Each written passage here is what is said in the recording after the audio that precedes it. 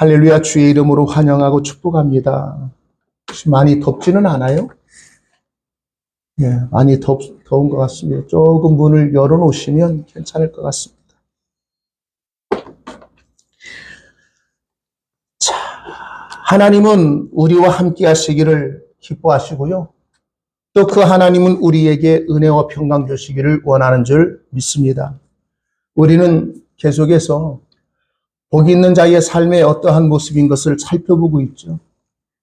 그 복은 세상적인 그 복과 성경이 말하는 복은 하늘과 땅 차이가 있어요.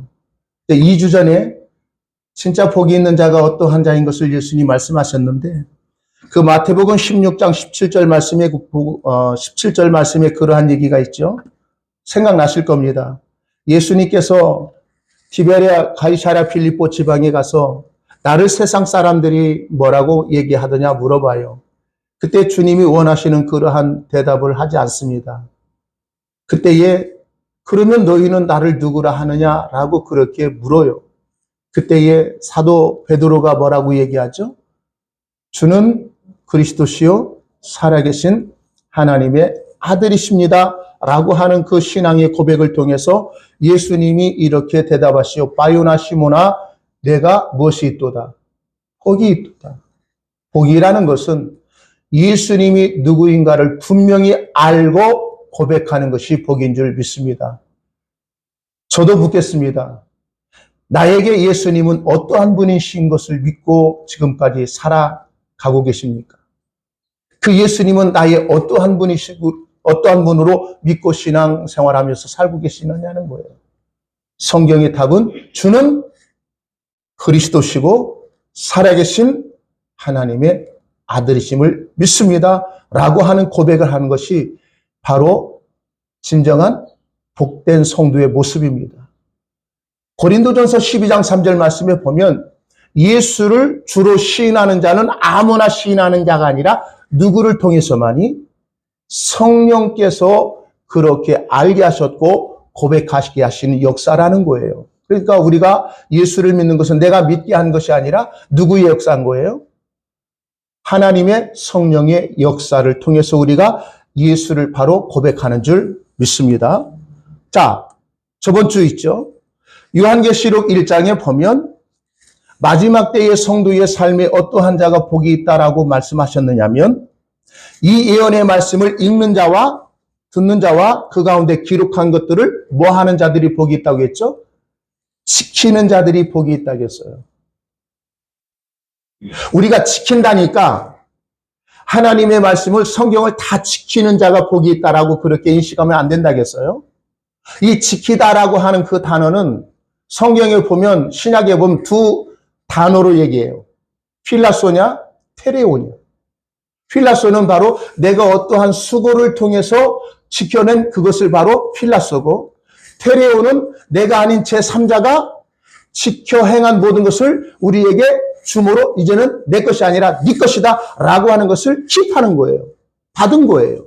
그러니까 우리 인간은 하나님이 원하시는 그러한 율법이라고 하는 모든 말을 다 지켜 행할 수 있는 능력이 있어요? 없어요? 왜 없다겠어요?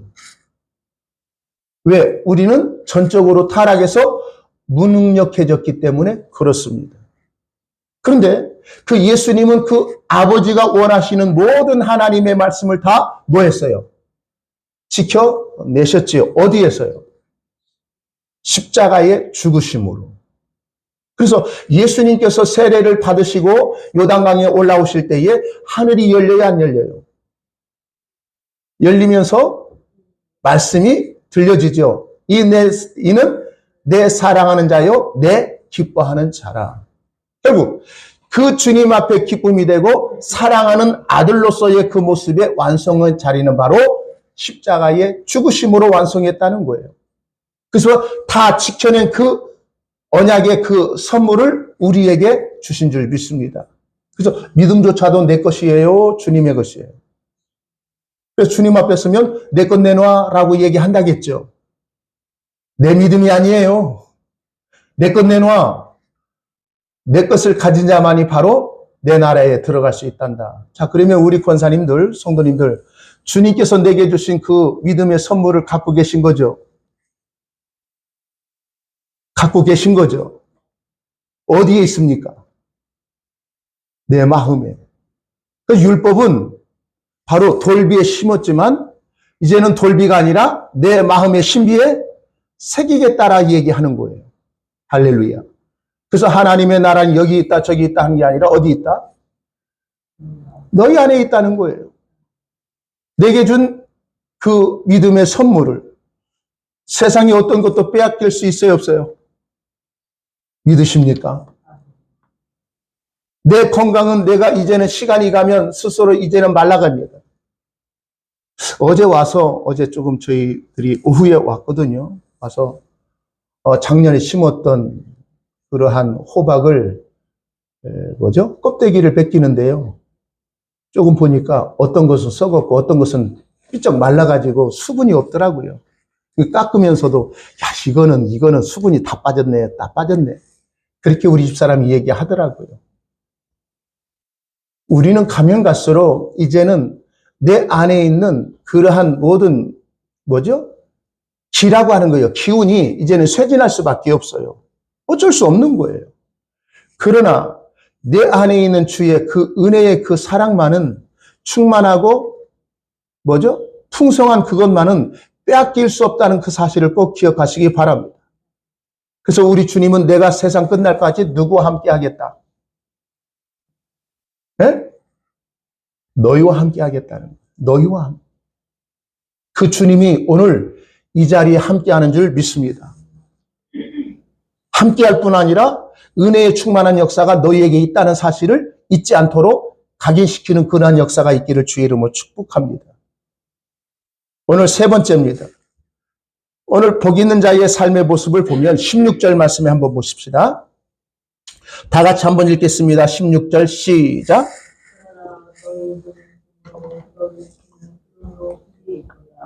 그러나 너희 눈은 무화함으로 봄으로 또 너희 귀는 무엇으로? 들음으로 복이 있도다.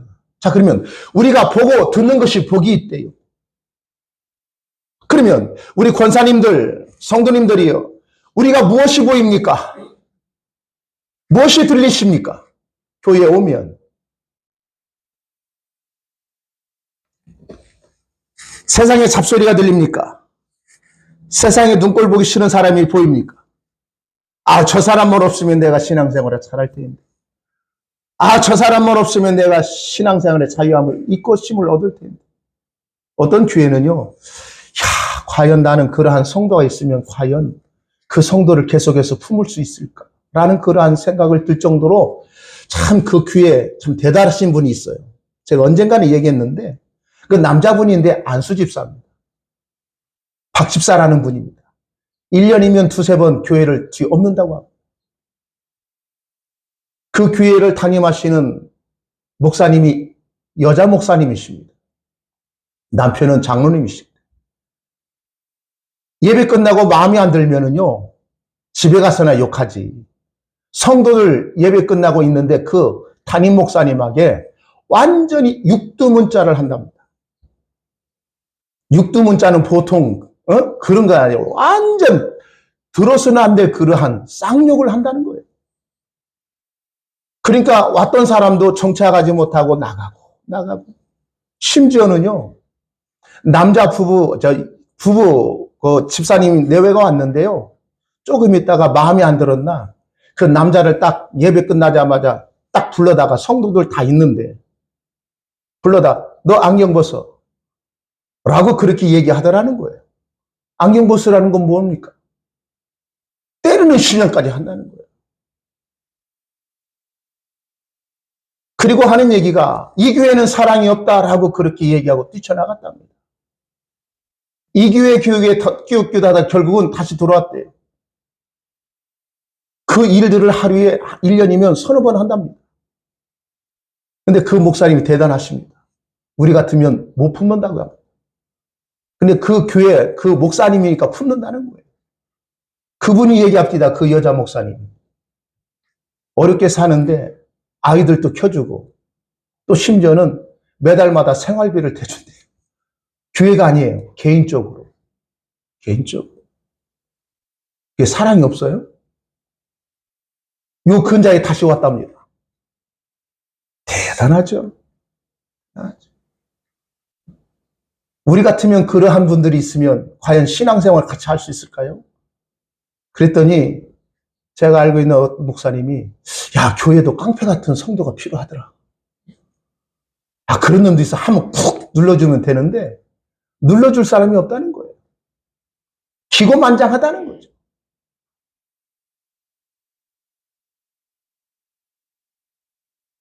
제가 그런 얘기를 들었을 때 야, 나는 주님 앞에 어떠한 존재로 지금 쓰고 있고 어떠한 모습으로 지금 목회하고 있고 나는 과연 성도들 앞에 어떠한 모습으로 세워졌는가.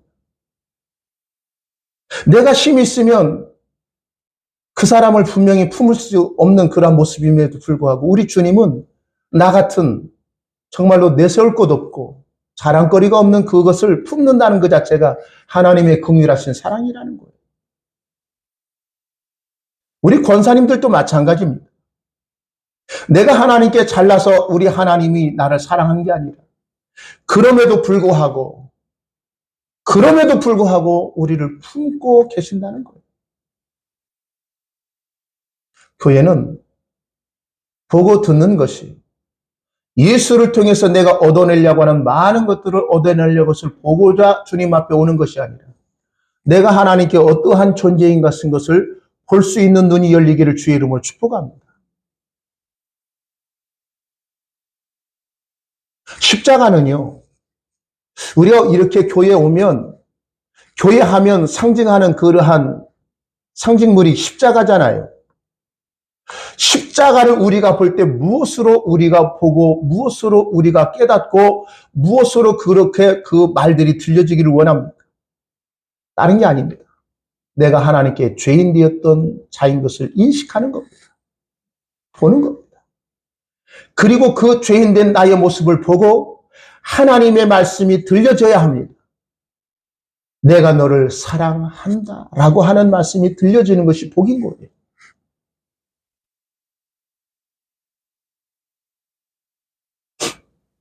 어제 그러더라고요. 우리 둘째 사이 우스갯소리겠죠.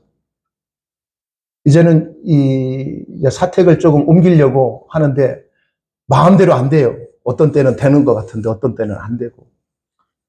그냥 그것이 한 번은 쭉 진행되어지는 것이 아니라 저희 집에 이제는 빌라인데 이제는 그 빌라가 이제는 팔리든지 이제는 전세를 내야서 이제는 가야 하거든요.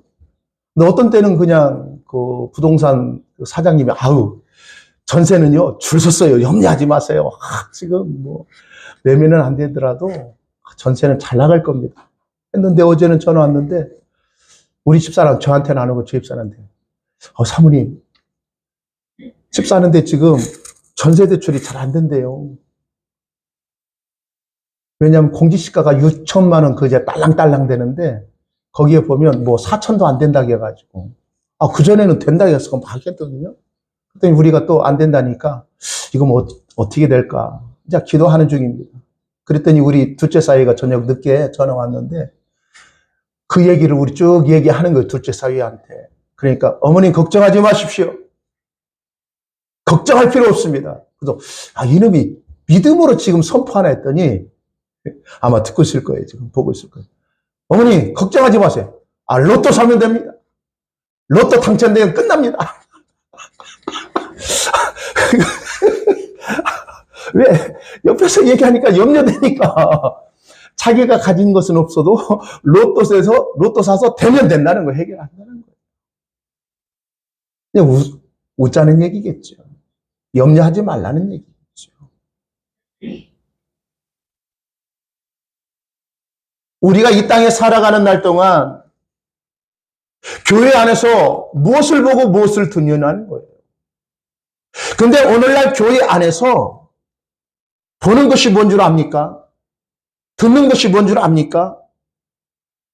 저도 목사지만 무엇을 보는 것이 진짜 복이고 믿음이고 은혜가 넘친다고 했느냐? 환상을 보고 꿈 얘기를 하는 겁니다. 비전 얘기를 하는 거예요. 그 꿈과 비전은 누구에게서부터 되어지는 줄 알죠? 내가 계획됐던 것이 하나님의 뜻이에요. 비전이래요. 그리고 교회 안에 비전을 쫙 얘기합니다. 이게 누구의 뜻이다고? 하나님의 뜻이라고. 그 뜻에 동참하는 자는 복이 있는 자고 그 뜻에 동참하지 아니하고 그냥 겉구경하는 사람들은 우리 교인 아니다라고 하고는 그런 얘기까지 하는 경우가 많아요. 아닙니다. 요셉이 꿈을 꾼 것은 지가 꿈꿔서 그렇게 되어지기를 원하는 희망상이 아니었어요. 누가 주신 겁니까? 하나님이 주신 꿈이기 때문에 그 꿈을 누가 이루시는 거예요? 하나님이 이루시는 거지. 그러면 하나님께서 우리에게 꿈을 주시고 우리에게 비전을 주시고 우리에게 계획됐던 모든 것이 목적이 있다면 누가 그 일을 이루시기를 원하는 줄 아시죠? 하나님이 하신다는 거예요. 그래서 하나님은 너희 속에 무엇을 두시고 이루시기를 원한다고요? 소원을 두신다는 거예요. 내 소원이 아니라 하나님이 나를 통해서 당신의 소원을 우리에게 주시고 그 소원을 이루어 나가시기를 원한다는 거예요. 제가 저번 주 목사님들 책 모임을 했는데 참 울컥했어요. 감동을 받았어요. 참, 이 시대에도 그런 목회자가 있나. 천안에 한 200여 명 모이는 교회가 담임 목사님이 없으셔서 담임 목상 청빙한 건이 있었대요. 200여 명이면요 도시에서요 괜찮아요. 그래서 그 전에 그 교회에 있었을 때에 부교역자 있죠. 부목사. 그 부목사님이 이제는 그만두고 다른 데 나서 개척을 해서 목회를 하고 있었대요. 근데 목회하는데 그렇게 많지 않아요. 제가 보니까 한 20여 명 내외 정도 됐는가 보죠. 그래서 그 200여 명의 교회를 심무하는 수석 장로님이 그 목사님을 찾아서 목사님, 우리 교회 담임 목사님으로 오셨으면 어떻습니까? 라고 그렇게 정중하게 청빙을 요청을 했대요. 우리 같으면 가야 돼요? 말해야 돼요? 한 20여 명 목회해요, 지금 개척해서. 근데 200여 명 모여요. 그래서 그 목사님이 속 보이는 것 같아가지고 장로님 참 감사하지만 주님 앞에 기도하고 결정해 보겠습니다. 라고 그렇게 얘기했대요.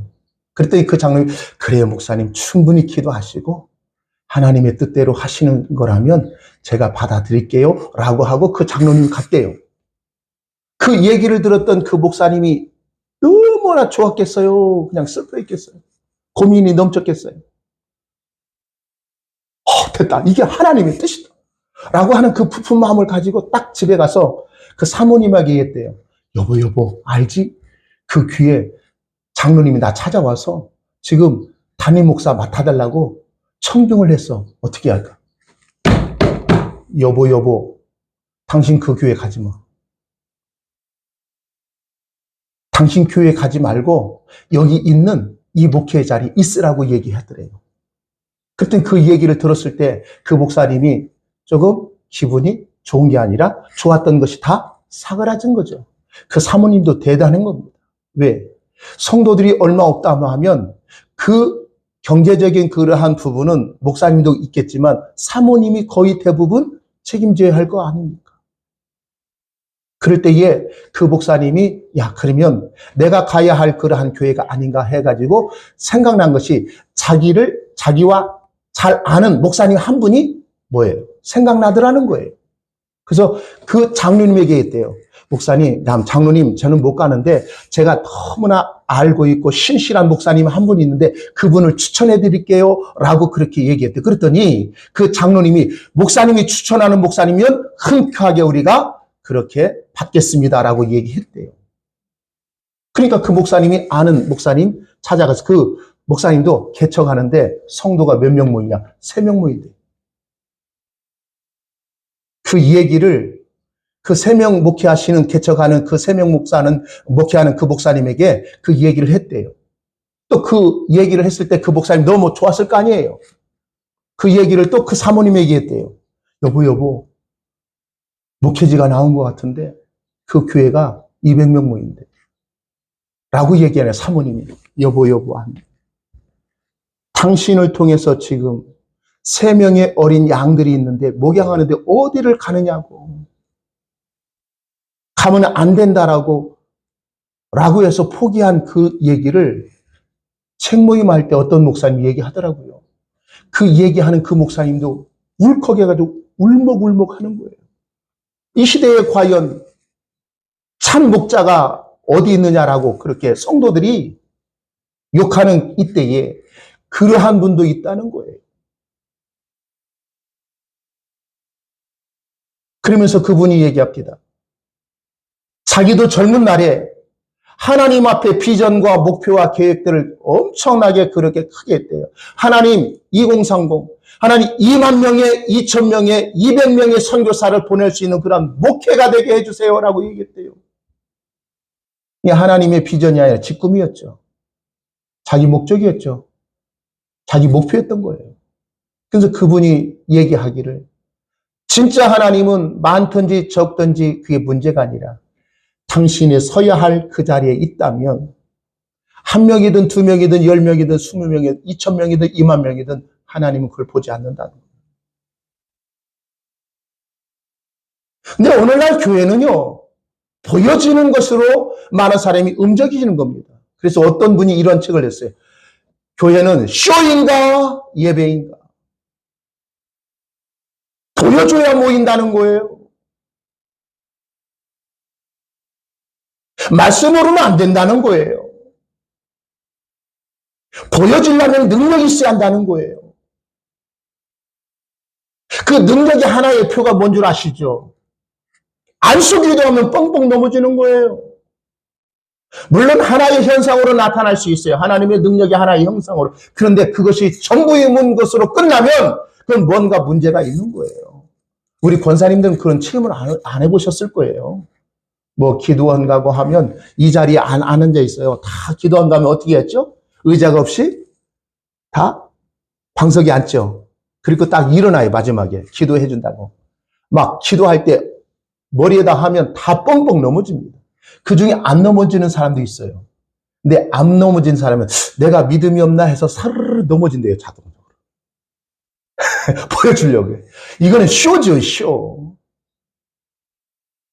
하나님의 교회는 쇼가 아니라 하나님의 진리의 말씀이 바로 선포되고 들려져야 돼요. 많은 좋은 환경과 어떤 조건과 프로그램이 아니라 생명의 언약의 말씀이 들려지고 보여지는 그러한 모습이 되어지는 것이 바로 참된 교회의 모습인 줄 믿으시기 바랍니다. 우리 권사님들 예배의 자리에 나올 때에 나의 눈으로 보여지는 것이 뭐냐? 그 십자가의 은혜가 무엇인가를 깨달아 알 수 있는 눈이 열리기를 주의 이름으로 축복합니다.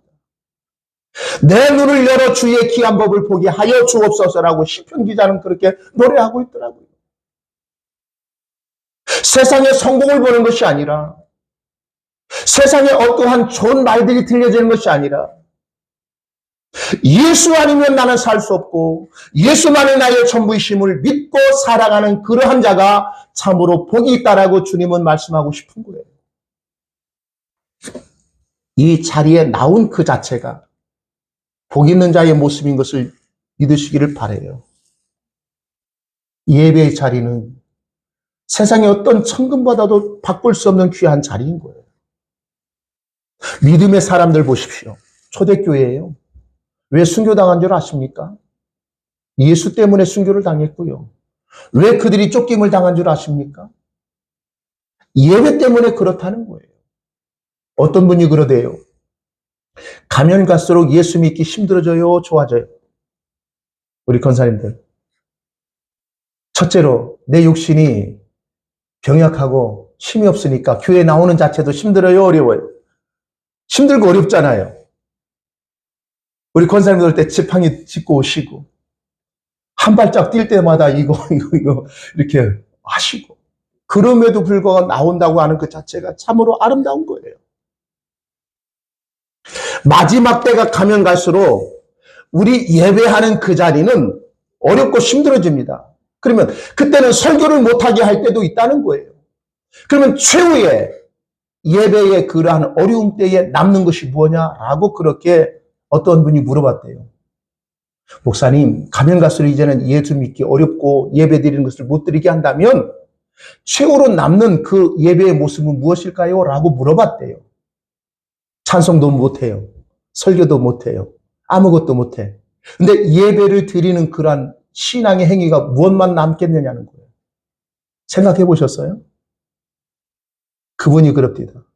최후의 포로는 성만찬이다라고 하는 거예요. 성찬식. 말하지 않죠. 찬송하지 않죠. 설교하지 않죠. 그러나 그 성찬식은 복음을 다 담고 있는 핵심의 모습이 성찬식이라는 거예요. 십자가의 죽음으로 말미암아 우리의 모든 죄가 사함받고 이 떡을 먹음으로 우리가 영원한 생명을 얻을 수 있다는 언약의 말씀이 바로 어디에 들어있는 거예요? 성찬식에 들어있다는 거죠.